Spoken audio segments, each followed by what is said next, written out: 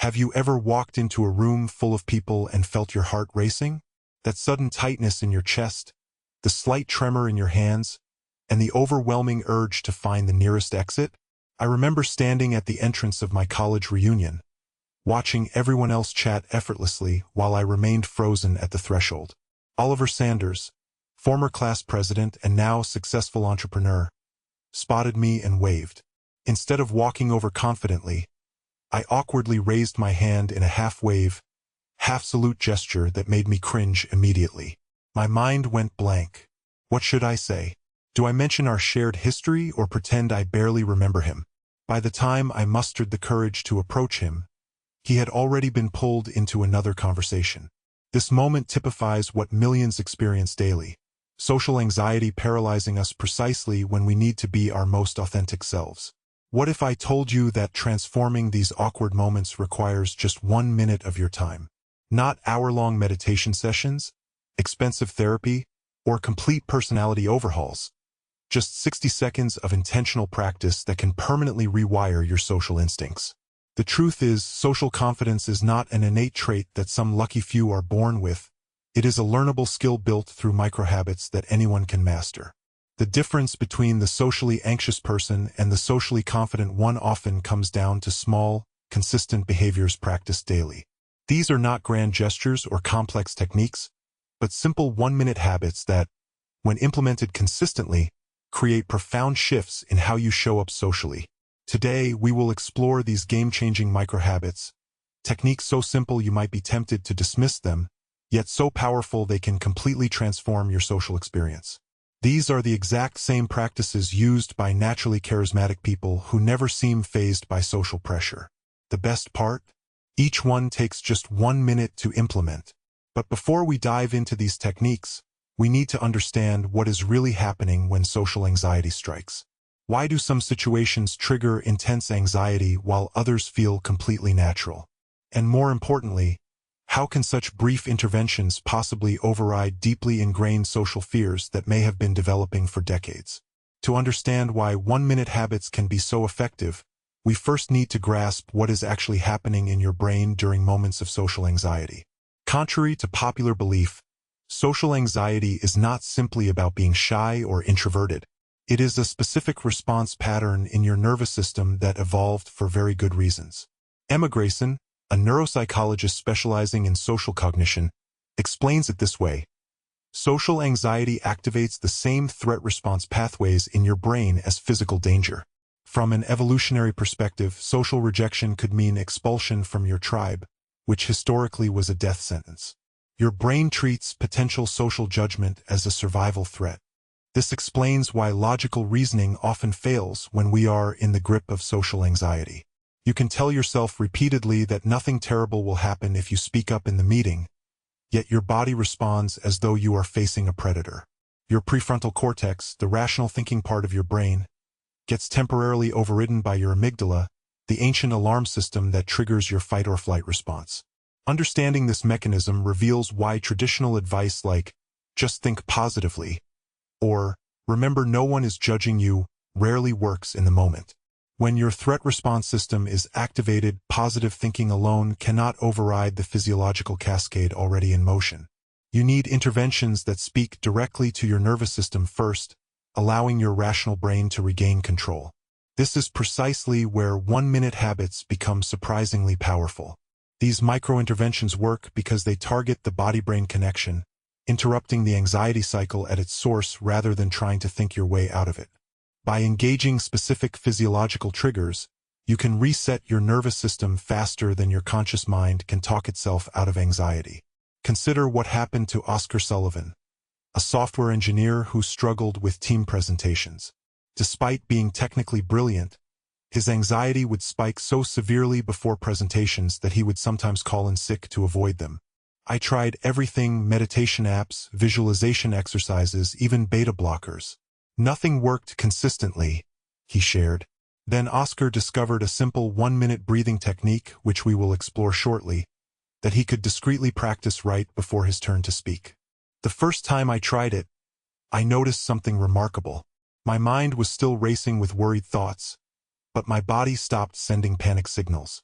Without the physical symptoms overwhelming me, I could actually function despite the anxiety. This highlights a critical insight. You do not need to eliminate anxiety completely to function confidently. You simply need to manage the physical response enough that your thinking brain can stay online. The 1-minute habits we will explore work in precisely this way. They keep your system regulated enough that you can engage socially despite feeling some anxiety.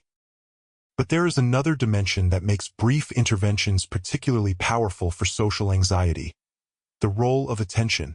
Social anxiety thrives on self-focused attention, that hyper-awareness of how you are coming across, what you are saying, and how others might be judging you.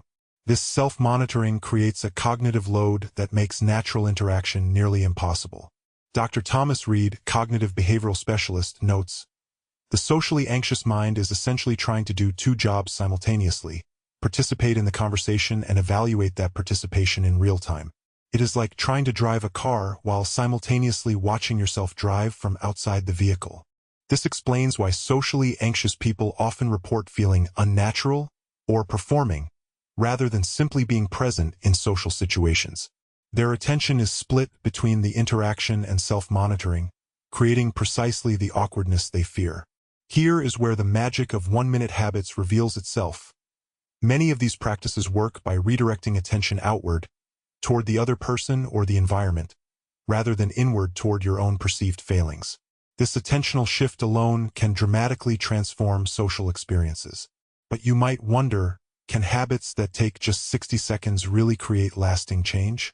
Would not deep-rooted anxiety require more intensive intervention? This brings us to a fascinating aspect of how behavioral change actually works. Conventional wisdom suggests that major personal transformations require major investments of time and effort. But behavioral science has increasingly revealed the opposite, that tiny, consistent interventions often create more sustainable change than ambitious overhauls. Dr. James Clear, author of Atomic Habits, calls this the power of compound interest applied to behavior. Habits are the compound interest of self-improvement. The same way that money multiplies through compound interest, the effects of your habits multiply as you repeat them. When it comes specifically to social anxiety, there are 3 scientific reasons why 1-minute habits work particularly well. First, they target what psychologists call critical moments, the specific points where anxiety typically spikes. Rather than trying to change your entire personality, these microhabits focus on the precise moments that trigger anxiety. By implementing a targeted intervention at these junctures, you effectively interrupt the anxiety pattern before it can fully activate. Consider Emily Galloway, a marketing executive who would freeze when introducing herself at networking events. "I did not need therapy for my entire life history.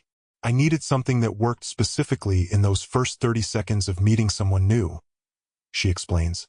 After learning a simple pre-introduction ritual that took just 1 minute to implement, her networking anxiety decreased by roughly 70%. Second, these brief interventions work through a process called state conditioning. Your brain creates associations between specific situations and your emotional responses. When you repeatedly pair a specific context, like meeting someone new, with a new physiological state, calm and centered from your 1-minute practice, you gradually recondition your default response. Importantly, this reconditioning happens largely beneath conscious awareness. You do not have to believe it will work for the physiological benefits to occur. This makes 1-minute habits especially valuable for skeptical overthinkers who might otherwise talk themselves out of the effectiveness of longer interventions. Third, the brevity of these practices ensures consistency, the most crucial factor in any habit formation.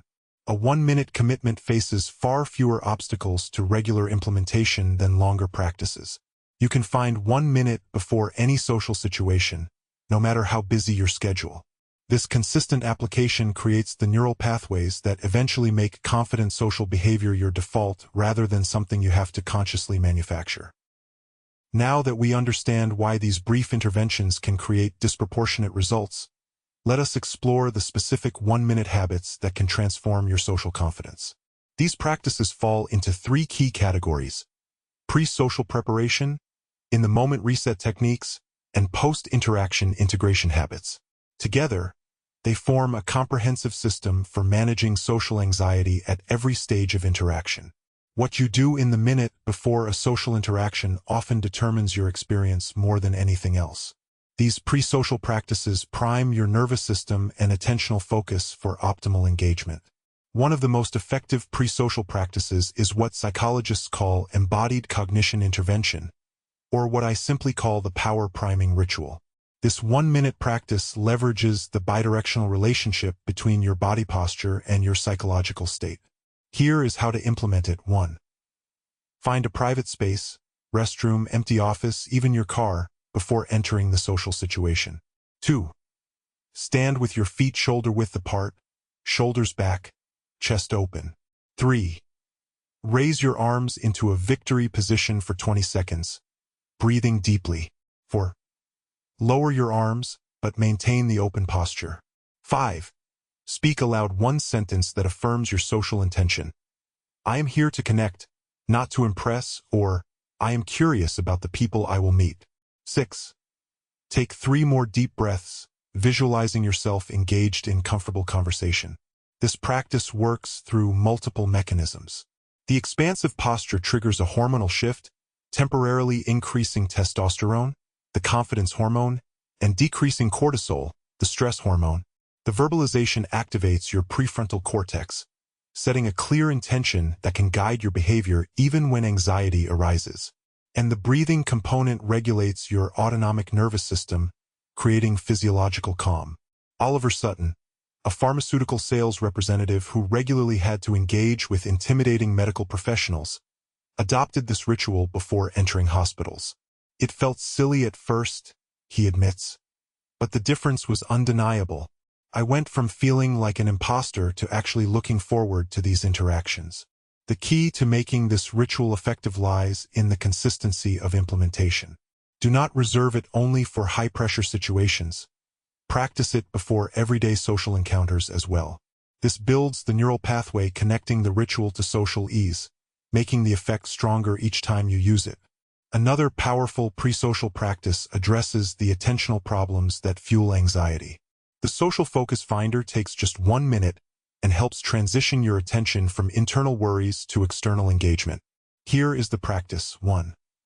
Before entering the social situation, stop and identify 3 specific things you are curious about regarding the people you will meet. 2. Write these curiosities down on your phone or a small notepad. 3. For each curiosity, generate 1 open-ended question you could ask to learn more. 4. Take 3 breaths while visualizing yourself asking these questions with genuine interest.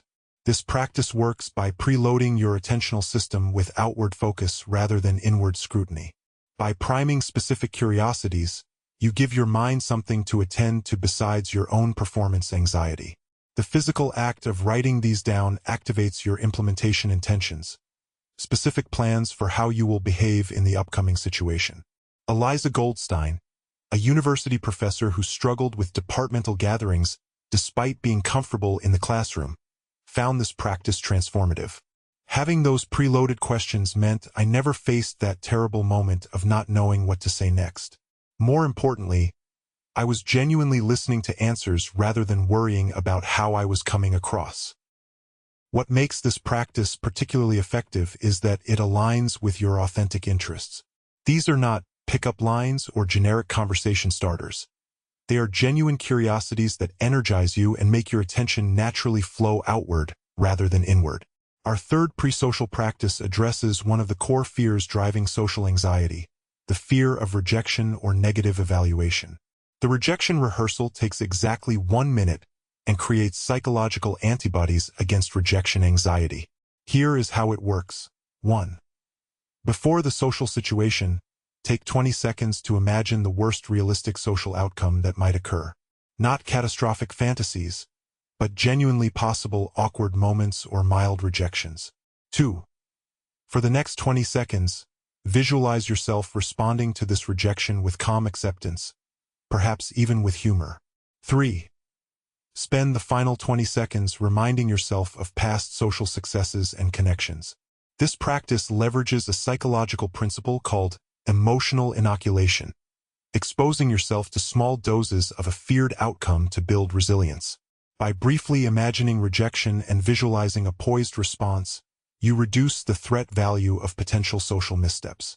Oliver Stevens, a recent college graduate navigating the job interview process, used this technique before each interview. Previously, I would spend hours catastrophizing about every possible way I could mess up. This 1-minute practice compressed all that anxiety into a controlled dose.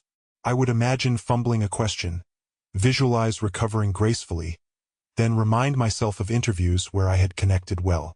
It took the sting out of the fear. The key distinction of this practice from harmful rumination is the structured, time-limited nature and the inclusion of the recovery visualization. You are not dwelling on fears, you are processing them efficiently and preparing adaptive responses. These 3 pre-social practices take a total of just 3 minutes but can dramatically transform your entry into social situations. Rather than arriving with anxiety already in full bloom, you enter with a regulated nervous system, outward-focused attention, and emotional resilience. But what about when anxiety strikes during social interaction? This brings us to our next category of 1-minute interventions. Even with excellent preparation, anxiety can still arise during social interactions. These in-the-moment reset practices take 60 seconds or less and can be discreetly implemented without others noticing. When anxiety spikes during conversation, your nervous system needs rapid regulation before your thinking brain can function effectively. The grounding triangle is a 30 to 60-second practice that can be performed while still engaged in conversation. Here is the technique. 1. While maintaining eye contact in conversation, discreetly press your thumb and forefinger together firmly. 2. Simultaneously, press your feet deliberately into the floor, noticing the sensation. 3. Take slightly deeper breaths, extending your exhale longer than your inhale. 4. As you do this, intentionally soften your eye muscles and jaw. This practice works by activating your parasympathetic nervous system, the rest and digest mode that counteracts fight or flight. The physical anchor points, fingers, feet, breath, give your nervous system concrete sensory input that signals safety. Meanwhile, the muscular relaxation in your face sends feedback to your brain that the social threat level is decreasing. Emily Green, a paralegal who frequently had to speak in court settings, discovered this technique after a particularly humiliating experience where her voice trembled uncontrollably during a presentation.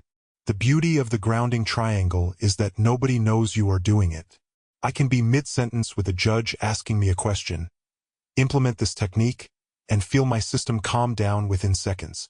What makes this practice particularly valuable is its invisibility.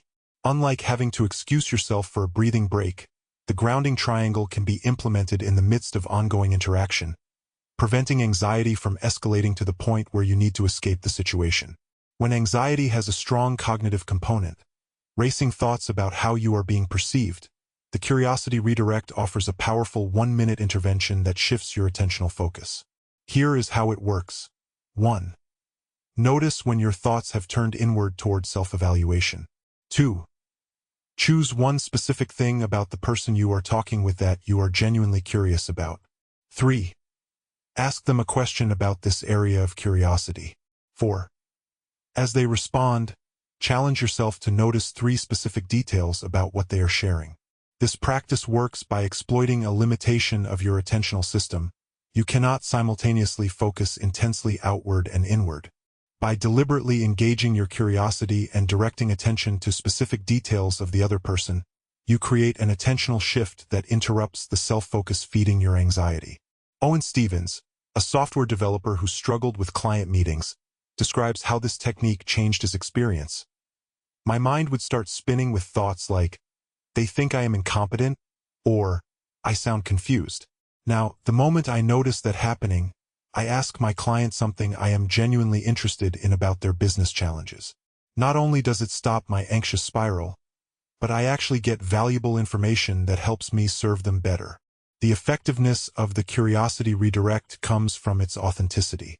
This is not about manipulating the conversation or using the other person to manage your anxiety.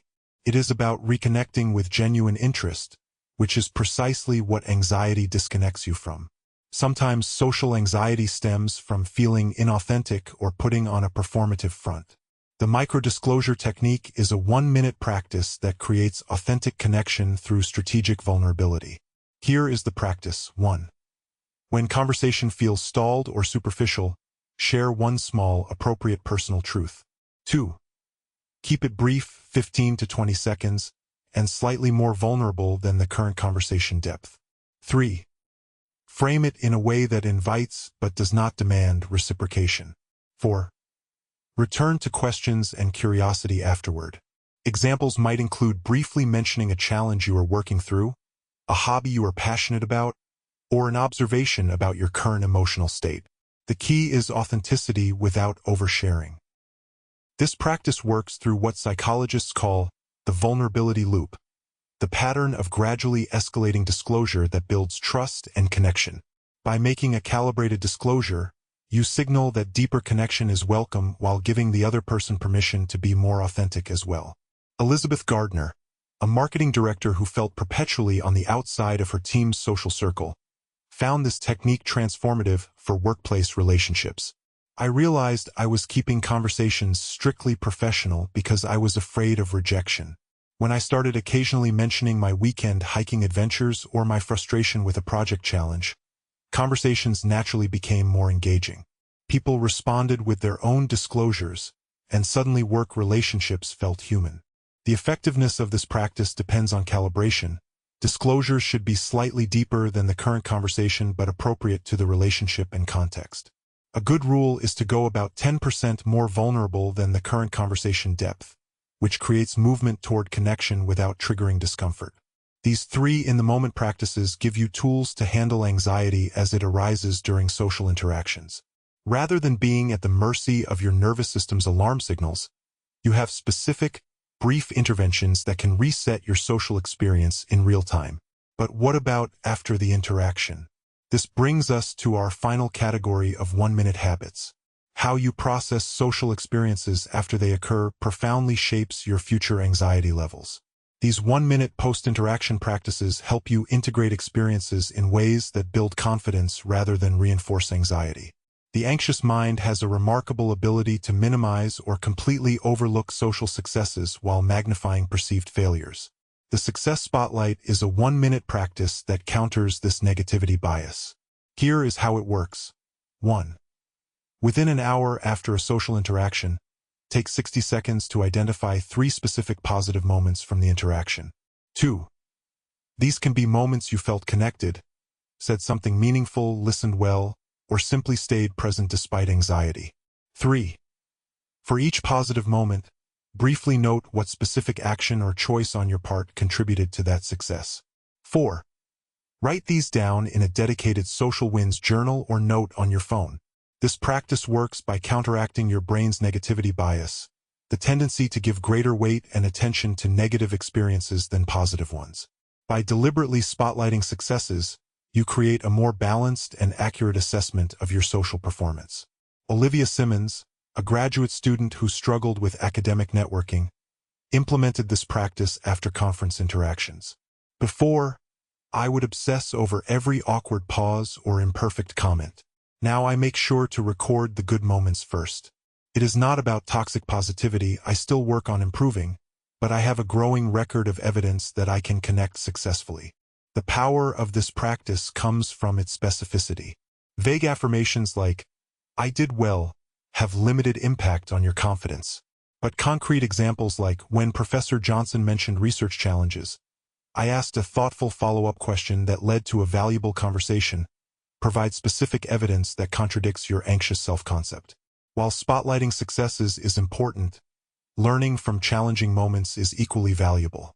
The recalibration reflection is a 1-minute practice that transforms perceived social failures into growth opportunities without shame spirals. Here is the process. 1. If a social interaction felt uncomfortable or unsuccessful, take 60 seconds for this reflection. 2. First, identify one specific moment that felt challenging. 3. Ask yourself, what was happening in my body at that moment? Noticing physical sensations of anxiety. 4. Then ask, What specific skill or tool might have helped in that moment? 5. Finally, visualize briefly how you might handle a similar situation differently next time. This practice works by shifting from global self-judgment, "I am socially awkward," to specific skill development. In that situation, I needed a better way to join an ongoing conversation. It treats social challenges as learning opportunities rather than confirmations of inadequacy. Emma Garcia, a financial advisor who struggled with client relationship building, used this technique after difficult client meetings. Instead of beating myself up for being bad with people, I started identifying specific moments where things went off track. I realized I often rushed to solutions before fully hearing clients' concerns. This gave me a concrete skill to work on rather than a character flaw to lament. What makes this practice particularly effective is that it closes the loop between experience and learning. Rather than vaguely hoping to do better next time, you identify specific adjustments and mentally rehearse implementing them, creating a blueprint for future success. The final 1-minute post-interaction practice addresses a common pattern in social anxiety, the tendency to focus on performance rather than connection. The connection appreciation shifts your focus from how you performed to what you exchanged with others. Here is the practice. 1. After a social interaction, take 60 seconds to identify one moment of genuine connection, however brief. 2. Consider, what did you learn about the other person? What did they share with you? How did it feel to be in that moment of connection? 3. Send a brief message of appreciation if appropriate, or simply mentally acknowledge the value of that connection. This practice works by reframing the purpose of social interaction from performance to connection. When your primary metric shifts from, "How well did I perform?" to, "Did meaningful connection occur?" social anxiety naturally diminishes because the stakes have changed. Owen Sinclair, a teacher who struggled with parent-teacher conferences, found this practice particularly transformative. "I used to evaluate these meetings based on how articulate or professional I appeared. Now I look for moments where a parent and I connected over our shared concern for their child. That shift has made conferences something I look forward to rather than dread." The power of this practice comes from its values alignment. Most of us engage socially because we genuinely value connection, yet anxiety hijacks this motivation and replaces it with performance concerns. The connection appreciation realigns your focus with your deeper values. These 3 post-interaction practices take a total of just 3 minutes but dramatically influence how social experiences shape your future confidence. Rather than allowing anxiety to interpret your experiences through its distorted lens, you actively create meaning that builds confidence and capability. Now that we have explored 9 powerful 1-minute practices across the social experience timeline, let us address some common questions and considerations for implementation. You might be wondering, these practices sound great, but how do I remember to use them when anxiety has taken over? This is a valid concern. The nature of anxiety is that it narrows attention and often makes us forget our tools precisely when we need them most. Here are 3 strategic approaches to ensure these 1-minute habits remain accessible when you need them. First, use environmental triggers to prompt these practices. Link each habit to a specific environmental cue that naturally occurs before, during, or after social situations. For pre-social practices, this might be opening a building door, pressing an elevator button, or putting your car in park. For in-the-moment resets, it could be taking a sip of water or feeling a certain level of physical tension. For post-interaction habits, consider linking them to actions like getting into your car or opening your front door. Oliver Sinclair, a sales manager, created a simple system. "I keep a small stone in my pocket. Before any sales meeting, touching that stone is my cue to do my power priming ritual. During conversations, if I feel my anxiety rising, I touch the stone again to trigger my grounding triangle practice." The physical cue makes remembering the tools automatic. Second, start with just 1 practice from each category rather than attempting to implement all 9 immediately. Master that single practice until it becomes automatic before adding another. Beginning with just 3 total practices, 1 pre-social, 1 in the moment, and 1 post-interaction, creates a manageable system that you can actually implement consistently. Third, track your practice and progress. Use a simple habit tracker on your phone or journal to record each time you successfully implement one of these one-minute habits. This creates accountability and provides concrete evidence of your commitment to change, which itself builds confidence. Elizabeth Garrison, a university student who transformed her social anxiety, shares, "I kept a simple tally in my journal each time I used one of these practices. Seeing that number grow gave me a sense of agency. Even on days when anxiety still showed up, I could see that I was consistently taking action rather than remaining helpless." Beyond these implementation strategies, there are several common questions worth addressing. Many of these practices can be adapted to 15 to 30-second versions while retaining their core benefits. For example, the grounding triangle can be implemented in as little as 15 seconds by focusing on just breath and hand pressure. The key is consistency rather than perfect duration. A 20-second version practiced regularly is far more effective than a 60-second version used occasionally. Most people notice immediate physiological benefits from the in-the-moment practices during their very first implementation. The pre-social and post-interaction habits typically show cumulative benefits after 7 to 14 consistent applications. The full transformation of your social confidence develops over 2 to 3 months of regular practice, though individual timelines vary based on anxiety severity and consistency of implementation. For mild to moderate social anxiety, these practices often create significant improvement without additional intervention. For severe social anxiety, especially with comorbid conditions like depression or generalized anxiety disorder, these practices work best as complements to professional treatment, not replacements. Always consult healthcare providers before changing any treatment plan. As you consistently implement these brief practices, something remarkable begins to happen beyond the immediate anxiety reduction. Your fundamental relationship with social situations gradually transforms through what psychologists call identity-based habit formation. Initially, you implement these practices because they help manage anxiety. But over time, the consistent experience of regulated social engagement changes how you see yourself. You begin to develop what psychologists call evidence-based confidence. Confidence built on a foundation of repeated successful experiences rather than positive thinking alone. Owen Saunders, a marketing executive who overcame debilitating social anxiety, describes this transformation. "After about 3 months of practicing these one-minute habits, I noticed something had shifted. I was no longer a socially anxious person using tools to cope. I had become someone who generally felt comfortable in social settings, with occasional moments of anxiety that I knew how to manage." This identity shift creates a powerful upward spiral. As you begin seeing yourself as socially capable, you enter situations with positive expectation rather than dread. This positive expectation itself reduces anxiety and increases the likelihood of positive interactions, which further reinforces your confident identity. Dr. Rebecca Thompson, social psychologist, explains, "What makes these microhabits so powerful for identity change is their consistent implementation across diverse social contexts. When you successfully navigate everything from casual conversations to high-pressure presentations using the same core practices, your brain generalizes the success. You develop a meta-confidence, confidence in your ability to handle social situations regardless of their specific nature. This meta-confidence becomes particularly powerful for expanding your social range. Many people with social anxiety develop a narrow comfort zone of familiar situations and people. As your identity shifts, you naturally become willing to explore new social territories that previously seemed impossible.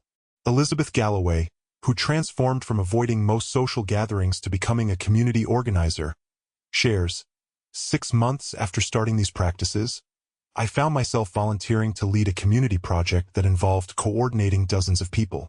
The old me would have considered this unthinkable. But the new me had accumulated so much evidence of social capability that it felt challenging but absolutely possible. The timeline for this identity transformation typically follows a pattern. 1. Weeks 1 to 2. Noticeable reduction in physical anxiety symptoms during practice implementation. 2. Weeks 3 to 4. Increased willingness to engage in previously anxiety-provoking situations. 3. Months 2 to 3. Reduced need for conscious tool implementation as regulation becomes more automatic. 4. Months 4 to 6. Emergence of new social identity and expanded social comfort zone. This timeline varies based on individual factors including anxiety severity, implementation consistency, and environmental support. But the pattern of transformation remains remarkably consistent across diverse populations. One particularly encouraging aspect of this process is that it builds resilience to setbacks. Even after developing significant social confidence, you might occasionally experience anxiety spikes or awkward interactions. The difference is that these no longer threaten your fundamental sense of social capability. They become data points rather than defining experiences. Oliver Spencer, who transformed from avoiding eye contact to leading team presentations, explains, "Last month I completely blanked during an important client meeting. Exactly the kind of scenario that would have devastated me before. But instead of spiraling into self-recrimination, I used my grounding triangle, acknowledged the moment with a touch of humor, and continued. One awkward moment no longer has the power to convince me I am socially incompetent." This resilience represents perhaps the most significant long-term benefit of these practices. Beyond anxiety reduction, you develop a fundamental trust in your ability to handle whatever arises in social situations, the true definition of social confidence. As we conclude our exploration of these transformative habits, I want to share what many consider the most powerful one-minute practice of all. One that encapsulates the essence of social confidence. I call it the presence restoration, and it can be implemented before, during, or after social interactions.